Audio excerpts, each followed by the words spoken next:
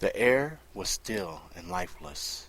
Nothing stirred as I searched the darkness for a sign of him. My heart was pounding in my chest, and I could hear my pulse in my ears. Whoosh, whoosh, whoosh, sounded like a slowed-down fetus ultrasound. I strained my ears listening, trying to catch a hint where he could be. A bead of sweat dripped into my eyes, and it burned like hell. At least I hoped it was only sweat. The exchange of gunfire and ensuing mayhem could have easily nailed me. But I was still on my feet, still alert, and still scared shitless. I took a few more steps into the room, and my eyes were adjusting to the blackness. I could see the shapes of shelves and desks. Maybe he didn't come in here, the voice in my head said. No, he did. I know he did. I took another step, and a different smell was there, metallic, coppery. I strained and could see there was blood smeared on the ground. I took a single step back and froze silently. I waited. Barely audible was a sound of controlled breathing. I traced the outlines of the tables and pictured in my mind where the breathing could be coming from. I closed my eyes and focused on the sound, adjusting slowly, calmly. I opened my eyes and with purpose squeezed off a single round. My hand felt the explosion travel up my arms, and the room was filled with the roar of my .40 caliber Glock 27. I heard a grunt and a sickening sound of wet meat hitting the ground, followed by the slow trickling sound of uncontrolled bleeding. I cautiously approached the table and peered around it. There he was. Might have been a lucky shot, might not have been. All I knew is he was dead and I was alive. There was a heaviness in the air, something I couldn't quite put my finger on. I studied his body and watched for any sign of life. I could have spotted him in a crowded room with 200 people easily. I must have busted him personally at least 10 times, for everything from armed robbery to murder, and he always ended up back on the street. He was tall, slender frame with ebony dark skin. He had no blemishes on his face, which was surprising considering the tough crowd he rolled with. On his lap was a MAC-10 submachine gun. I reached up to my head to wipe away the sweat, and wasn't all that surprised to pull back my arm and see blood there. I guess I didn't want to admit to myself that I'd been hit, so I'd lied to myself. My head ached as I realized I was hurt. I looked down at him again and decided to be safe. Nothing personal. I put a slug in his head and another in his chest. I holstered my weapon and moved to the wall. I nudged the long locks from my face and gently probed around my head. Right above my left ear, 3 inches up, almost to the top of my head, there was a large gash. He was alive with a searing pain suddenly, and I fought back the tears and the impulse to yell. "Fuck," I said almost under my breath. I pulled out my cell phone and pressed number 3 on the keypad. I noticed my hands were still shaking. Must be the adrenaline. 3 heartbeats later. "Castillo, where are you?" I grinned. He sounded concerned. "I'm at the old Power Exchange building, 74 Otis." I was answered by a slight snicker on his end. "What the hell you doing there? Getting some action?" I grunted. "Shut up and listen. I got him." A pause. "Who?" I couldn't hold back the grin. "I got Gravedigger." A long pause. "You shitting me?" I let a mixture of a laugh and a groan out. "Nope, I wouldn't do you like that, Drake. I got him. But I'm hurt. Not sure how bad. I'll tell you all about it when you get here. How's about you and Preston come down and help a girl out?" "Shit, we're on our way. Where specifically are you?" "Bottom level. When you see the dungeon decor, I'm close. I'm a little lightheaded, need to sit down. I'll keep an ear out." "Don't fucking die." "Wouldn't dream of it. Besides, you owe me 100 merrills for this one." He laughed at that. "On our way." "Hurry up." I hung the phone up and sat with my back against the wall. I sat there for a second, calming myself down and replaying the night in my head like a vivid DVD. Suddenly, someone clicked pause on my playback as I heard the sound of someone walking. It wasn't Drake or Preston. You could hear those guys a mile away. This was more cat-like and purposeful. I pulled my piece out again and waited. I heard the footsteps pass by outside the room in the hallway, and it just continued on. I waited a couple seconds debating if I should even bother checking it out. It wasn't like this was a freelancer zone. It was a patrolled area with ACU and USU. There were a lot of con running around, and Gravedigger was a high-ranking thug, but the footsteps seemed different. "Just leave it." I nodded. Yeah. One tussle was more than enough for one night. So I sat there quietly for a few more minutes. The air had movement in it, and a smell of cinnamon and cider wood. I knew it was cider because of Mr. Stinky, my cat. I used cider wood to help the cat litter since I was usually out. A cold chill shook me to my core, and icy fingers played at the base of my spine. I realized I wasn't alone in the room anymore. My grip on my pistol tightened. I strained my senses again and scanned the room. I didn't hear any breathing, no noise, but I could feel someone. My cell phone vibrated loudly. With my left hand, I had it out quickly. I silenced it and sent to call the voicemail. I slowly stood up and began to circle the room with my back to the wall. I glanced down at where Gravedigger was at, and the only thing there was a huge puddle of blood in a small golden envelope. I cleared the room quickly and came back to where the golden envelope was at. I stood there waiting. I could hear the stampede running down the stairs. By the sound of it, Drake brought more than just Preston. Sounded like he brought the whole damn USU with him. I could hear them clearing each room. "Down here, guys!" I yelled up to them. I prepared my eyes as lights beamed into the room. The envelope caught the glint of the light, and I could see written in the most beautiful script I had ever seen with my own eyes, "Night." I felt a firm grip on my shoulder, and the overpowering smell of cologne assaulted my nose. "Damn it, Preston. You don't need to bathe in that shit." He grinned at me. He was tall, easily 6'5", and there was no guess at the fact that he was German, chiseled featured, with strong jaw, and deep, piercing blue eyes. "We can't all smell like flowers, babe. Wow, you jacked up. Medic!" I could see Drake behind him, surveying the scene. Drake was easily the thinnest and shortest of all the guys in the room, and yet he demanded respect. He had an aura about him of "don't fuck with me." It wasn't your traditional little man complex. He was the real deal. His leather jacket creaked and groaned as he moved. He turned to face me. "Castillo, nice mess upstairs. You're doing?" I shrugged. "Depends. If you're talking about the two other I nailed earlier."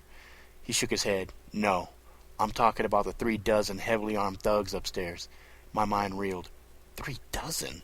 How? I didn't hear any shooting. By the looks of it, they were sliced and diced. He made a gesture with his thumb across his neck. The icy feeling in my spine spread, and the stone-cold stare said he was thinking the same thing I was. "You don't think it was him?" I started. "You tell me, baby girl. You're here playing fucking Rambo. Where's Gravedigger?" I pointed to the pooled blood. "He was there." "What the fuck you mean he was there? You move him?" I shook my head. A medic was on me, helping me sit down while he checked me out. I could see Preston eyeing the golden envelope. "Yo, Drake, we got a golden envelope here." Drake nodded and walked closer. "Yeah, my eyes work. I could see that." They bickered like a married couple, but that was because they were close. Closer than friends, they had saved each other's lives more times than they could count. "You want me to open it?" Preston was spooked about it, and he was trying to play tough guy when it was obvious no one wanted to fuck with the envelope at all. The medic was shining a light in my eye. "You're gonna need stitches, but other than that, you look fine." I smiled. "Thanks." "Castillo, you want to do the honors?" I walked over to the envelope, and Drake handed me some latex gloves. I picked it up out of the pool of blood, which played tug-of-war with me for a second. Preston had an evidence bag ready for me. I dropped it in and played Operation with the flap and pulled out the letter inside. The writing inside it was also as beautiful as the envelope. I read through the letter. "Gentleness in your eyes, and yet inside you your soul is ablaze. Resting ever so gently against the wall, you appeared in a daze. A moment or two would have been all it took for me, you see. Vengeance was supposed to be mine, but it was you and not me. Endless inside of us is the appetite that I must feed. Doing what I do is not a game, it fulfills a need. I have done this before now, and I shall do it again. God has a plan for you, and what you did was not sin. Go over it again and again and again. And at the end, I guess you'll just have to figure how I snatched away your..." Preston looked at Drake, and then me, and back to Drake. "Snatched away what?" I read down the left-hand side of the poem and saw the answer. "Gravedigger," Drake said as I read it. I looked around the blood puddle. There was nothing there other than the blood, and the void where the envelope was. No blood splatters, no blood trails, nothing. "That's it? That's all that's on the letter?" I nodded and gently put it back in the evidence bag. Drake looked at me long and hard, and for a brief moment I saw something in his eyes I had never seen before. Fear. Fleeting, but it was there. "Go get stitched up. We'll cover the scene here. I'm sure Knight will want to see your report ASAP. Bagging Gravedigger was one thing. Running across the poet is something entirely different. The room paused almost in unison when he mentioned the poet. Everyone picked back up pace and Preston helped me out of the club. I refused the ambulance ride and rode with Preston to the hospital. I suddenly didn't mind the overpowering cologne he was wearing because I realized I was alive and everything had a new freshness to it. I almost enjoyed the ride to the hospital, but one line kept bugging me from the poem. Endless inside of us.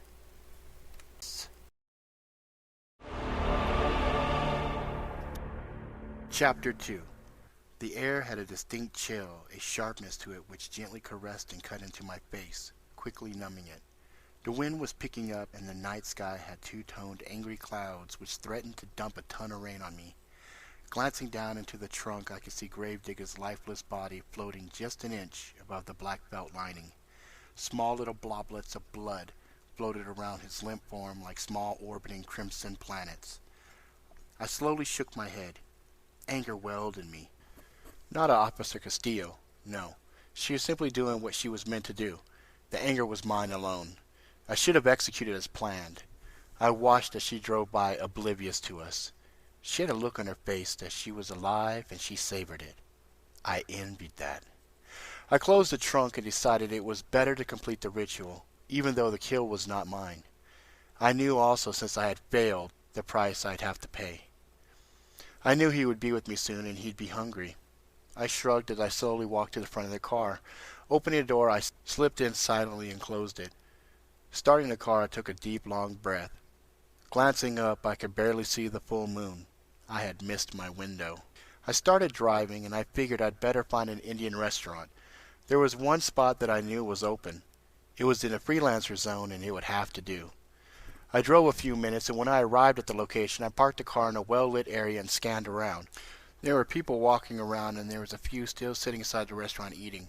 It had a large window which allowed people to peer in from the outside to see the diners. I didn't like that idea and considered just going to the temple and completing the ritual. No, my good friend. You are correct in deciding to eat here.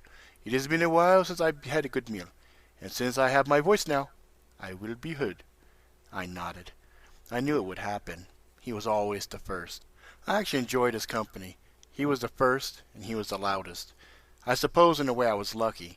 Some of the others were real sick fucks, and once they all started, it was like a hurricane of pain inside my head.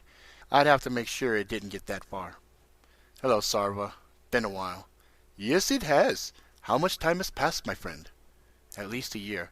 Why am I able to speak now? Did you fail the ritual? Not exactly. More like I was beaten to the punch. You failed. Whatever. And you aim to appease me by feeding me?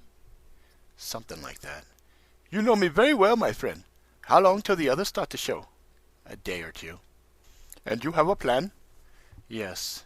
I actually had 2 targets this time for some odd reason. 2? I nodded.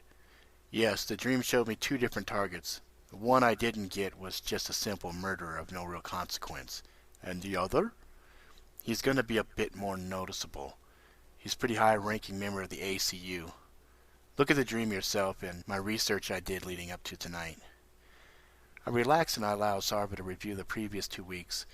When he got to Gravedigger and Officer Castillo, I felt a twinge of something. What is it, Sarva? That woman. I know her. I shrugged.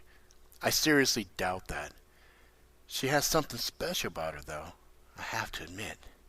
No, I'm very serious. She reminds me of... Well, now you have me all in suspense. Who? It matters not. Time is of the essence, though, and I am hungry. Let us eat.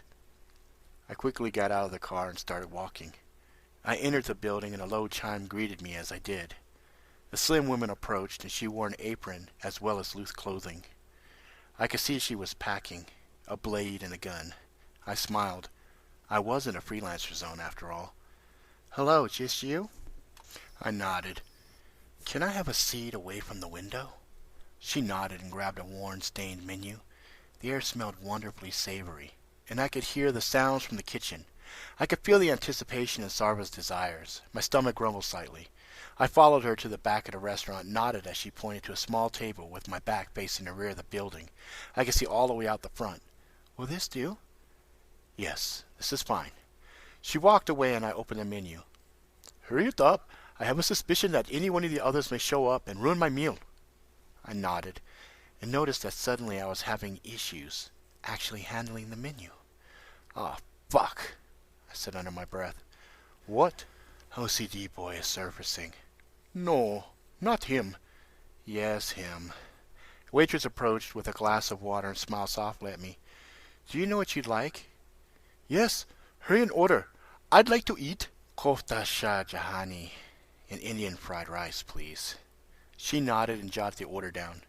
Anything other than water? I nodded. Do you have plastic utensils in the wrapper? Her eyes widened a bit. Yes, for our to-go orders. Would it be too much trouble to have 2 sets, please? She nodded and walked away. He's really manifesting?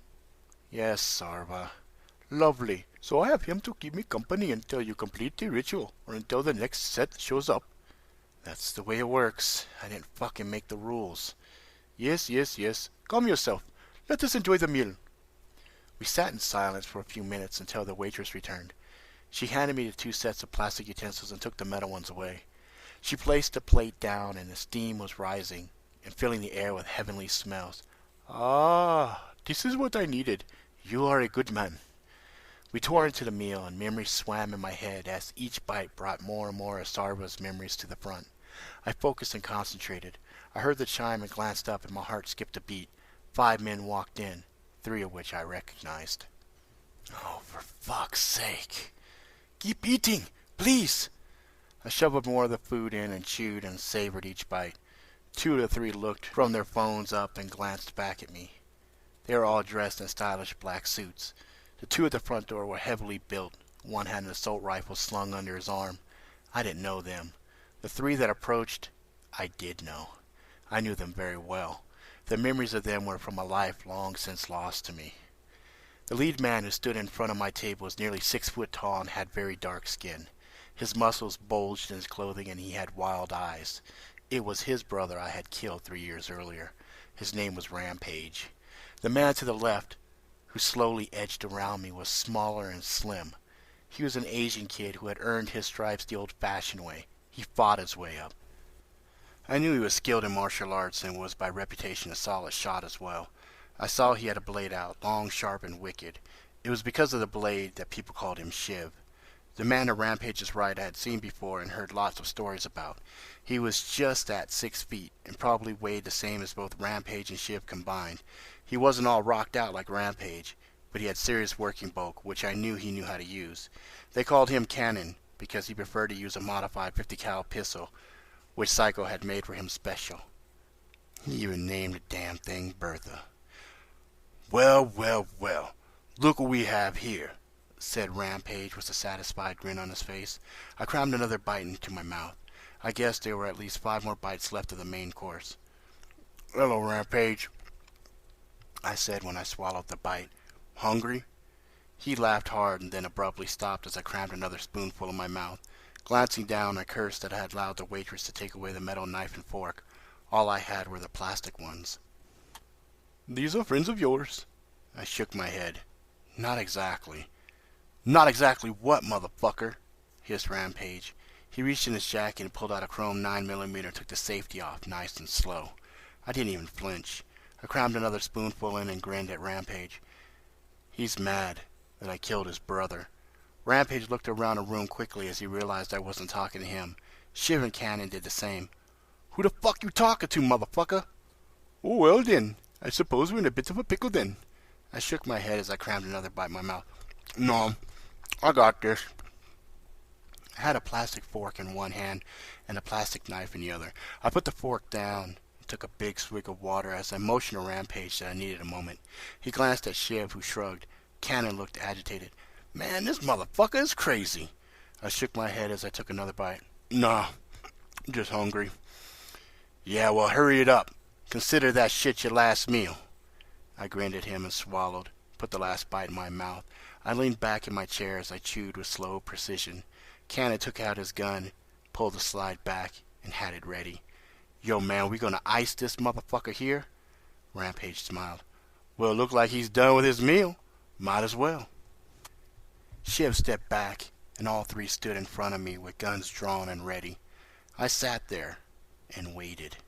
The air exploded and the bass vibrated my teeth. I leaned back and rolled right as time slowed around me. I had nothing but my plastic knife, so I used it. I hit Cannon first. I slid the knife across his eyes and kept going, repeating it on Rampage and finally ending with Shiv. It was a fluid single slice which slid easily through each eyeball. As I completed the arc with Shiv, I grabbed the blade he had sheathed and kicked the table which was in front of me towards the beefy man with the assault rifle. I saw he was already raising it and noticed the three I was passing were already reaching up towards their eyes. The table flew towards the assault rifle and deflected it in a perfect angle. As he squeezed the shot, the other man to his left fell. I let Shiv's blade fly and it landed firmly in beefy man's head. And as I got to the door, I saw both of them were dead on the ground. Rampage, Shiv, and the Cannon were on the ground as well, screaming in agony as they tried to figure out why they were suddenly blind. I walked out the door and opened it with the sleeve of my jacket, careful not to step on the blood on the ground as I left. I cursed again as I realized that as Jared was manifesting in my mind, the ritual was going to take 4 times as long. Sarva was quiet, and I realized he was being polite. I appreciated that. As I jumped in my car, I could still hear the faint sounds of screams from Rampage and his crew. "Why did you not kill them?" "They don't count." "Ah, yes, the rules." "Yeah, the fucking rules." I drove off and mentally prepared for the ritual. Chapter 3. I missed Miami. I missed the warm sun, the smell of the ocean. I missed her most of all. The air had a living vibe. I mean, even with food and water rations, people would still party the night away. I missed that vibe. Now, here I was, 3,050 miles away, staring at a different ocean. A colder, more depressing ocean whose water felt like icy teeth gnawing at your skin instead of warm waves soothing your flesh. No, this ocean wasn't cool blue. It was stone-cold concrete in color to match the misty fog bank that surrounded me. The gentle sound of the waves crashing did little to soothe the torrent of anger and sadness that washed over me constantly, almost as if it had replaced the blood that flowed through me. I loved and hated the ocean at the same time. We used to spend all day and night at the beach, and I knew I'd never have the happiness I felt with her, the sheer joy of her company. Someone was going to pay a whole lot with blood and pain when I found them. I shivered slightly as I felt a chill deep in my core. I needed to get my head back in the game. My partner was quiet most of the time, but must have noticed my distraction and preoccupation with the ocean. "You straight?" I nodded and turned to face him. "Just a bit homesick is all." He simply nodded. I opened my cell and read the text message for a third time. It read, "Take out the trash at Micro Burgers on Ocean Avenue. Yum yum. 4 exclamation points. I showed Billy the message and he tilted his head for a moment and shrugged. This wasn't the first cryptic message we'd received from Psycho, a man who was well deserving of his name. I remember the first time I met him how badly I wanted to kill him. He even put the gun to his forehead and laughed at me when I couldn't bring myself to pull the trigger. He knew things, and when he mentioned my situation he promised me he'd help me get what I wanted. So I decided to relocate and roll with his crew. Little did I know just what a wild bunch he had rolling behind him. I glanced over at Billy and saw he was studying me. Billy was 5'11", had a medium build. I towered over him, but had to admit he intimidated me a bit. There were lots of cats walking around talking smack of how bad they were and stuff they were capable of, but Billy, he was different. He'd walk into a crowded room, find the baddest mother in the place, and proceed to whoop his ass up and down the room, while calling out anyone else who wanted some. Tattoos on his arm said it all. Billy on one side, badass on the other. Bold friggin' statement, really, but one he had backed up many, many times. We'd run a grip of jobs together, and I liked working with him. He was always on time, didn't ask you a million questions, and really didn't care what the job was. If Psycho ordered it, it was good enough for Billy. Those two had a shared destiny of some sort. Me? Well, I was in to get the help I needed to get some good old-fashioned revenge. Seems that my fixation on revenge had garnered me a cute little nickname that the locals here like to refer to me by. Payback. Not the best nickname, but I guess if the shoe fits, you wear it. Where Billy excelled in the melee form of punishment and pain, I went more on the excessive. My weapons of choice were two chromed out Desert Eagle 50 cals. I gotta tell you, the look on people's faces when I flashed the birds was amazing. Kind of a mix of fear and awe at the same time. Friggin' awesome. Billy had parked his car, a bright yellow Toyota Celica 94, tricked out to be show and go across from the building we were supposed to take the trash out of. It was a rally model, and Billy really knew how to drive it. We caught air dozens of times, and he did stuff that would have made Hollywood wet. Best part of his ride was the vinyl banner across the top quarter of the windshield that said "Badass." Talk about not really caring who knew who you were. Billy savored the drama, and that always made things more interesting for us. I guess you could say nothing was ever routine or boring while Billy was around. We didn't usually roll this side of town, but since Rampage's crew got jammed up, Psycho had most of us running all over the place. We were supposed to be keeping an eye out for some punk named Ryan Loxon. He used to run with the freelancers, and something happened and a bunch of people ended up dead.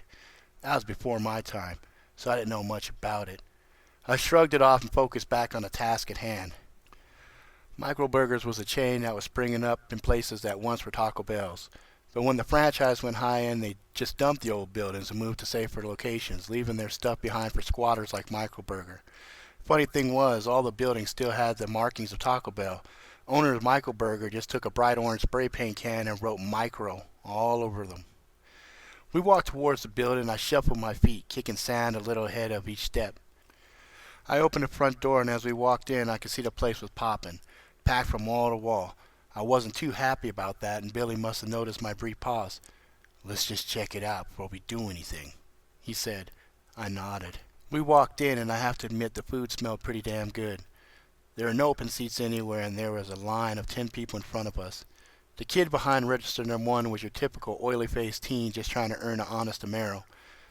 The gal behind register number 2 was a sassy sister with a name tag that said Big Mama, who wasn't taking no flack from any of the rowdy customers. Big Mama, I could understand being here. After all, this was a freelancer zone, and you had to either be really down on your luck or kind of crazy to live here.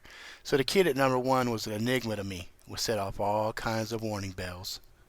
We waited, and I scanned the menu and grinned when I saw it was a plywood board with a very simple formula: micro burger, micro cheese, and the mighty micro. There was beer, and there was Coke. That was it for the menu. We had our turn with Big Mama, who simply asked, "What y'all want?" I said, "2 mighties for me and a micro for my buddy. 2 Cokes." She punched it up on the register and said, "That'll be 25 Amaros." I paid her exact change. "Thank you. Your order number's 56. Here's your cups." A table opened up and I plopped down. Billy slid in, smooth as glass, and kept his eye on the crowd. Take out the trash. I wondered what Psycho meant by that. There were workers here, some off-duty USU who instantly recognized Billy and took their food to go, and just plain simple folk. I glanced at Billy, who noticed I was fixated on the oily kid at register number 1. I watched Big Mama and noticed that some of the customers, she was slipping them small items with their change. I grinned. Oldest trick in the book. Looked clean but served dirt. So was this the trash Psycho was talking about? "Number 56, she announced loudly. I got up and started towards the counter when suddenly ACU swooped in 2 unmarked cars. I fought my first instinct to pull in my birds free and simply sat back down. I watched register number 1 make an eye gesture towards Big Mama when the ACU burst in. 2 drew down on her, ordering her not to move her big black, "You fill in the rest" of the racist comments.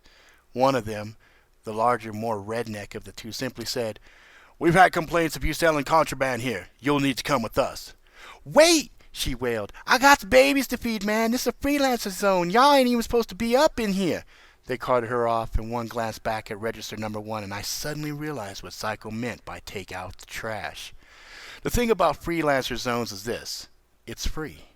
The market supports what happens. Sure, there's drugs and booze and hookers, but if you don't like it, you don't support it, and things just have a way of working themselves out. When Johnny Law comes in and upsets the natural balance, well, that's when things get all negative. Our job was to make sure we kept things interesting and remind the law who ran things in the freelancer zone. We did. The ACU agents carted off Big Mama and the orders resumed. I looked at Billy and he looked at me with a grin. I nodded and he slid up and out of the booth and headed towards the line. I watched and grinned as he cut ahead of the fidgety, anxious crowd. "Hey, fuckwit! Get in back of the—" Poor SOB was silenced with a punch to the throat by Billy. The man crumpled to the floor and was silent. People backed up quickly and headed to the opposite end of the restaurant. I pulled my birds out smoothly and put them below the table and just watched Billy work. Billy leaned over the counter and whispered something to the cashier, who pulled out a 9mm which Billy took from him pretty effortlessly. "I'm ACU, man. Back the fuck up. My backup's coming right now." Sure enough, the 2 unmarked cars rolled back up. One still had Big Mama in it, and the 3 light-armored ACU agents sprinted towards the door. Billy simply did a single punch which shattered the cashier's face, and he calmly placed his gun on the counter and waited for the ACU to enter. "Get down now!" First agent screamed. "Roger! You okay, man? Roger!" The second screamed towards the oily boy on the ground behind the counter. Third went to check on Roger. Saw a pool of blood forming on the ground. "He killed Roger! You son of a—" Boom! Boom! Boom! Like a specter of death, I rose and nailed 3 headshots. Everything was in slow motion to me. I watched the crimson blood spray bits of metal, plastic, glass, blood, and bone behind each of them as they were destroyed by my explosive rounds. The menu would have to be redone, but it'd be worth it. I went over and dragged the bodies out the back as quickly as I could while Billy retrieved Big Mama out of the car. Billy and I dumped the bodies in the back dumpster, and after setting them ablaze, walked back into the microburger, where a few of the customers were helping clean up the mess. My cell rang, and I had a new text message from Psycho. "Give me some of those yummy-ass mighties from Big Mama. Return to the net house when you get a chance." I chuckled and placed the order. We sat down and 8 hours while we waited, and different folks came up and nodded their approval to us once they realized who we were. The burgers were good, I had to admit, but I still missed the Fritas I used to get. When Psycho's orders were up, we grabbed it and headed out. I had a nervous, squirrely feeling deep in my gut. I knew the day was about to get screwy.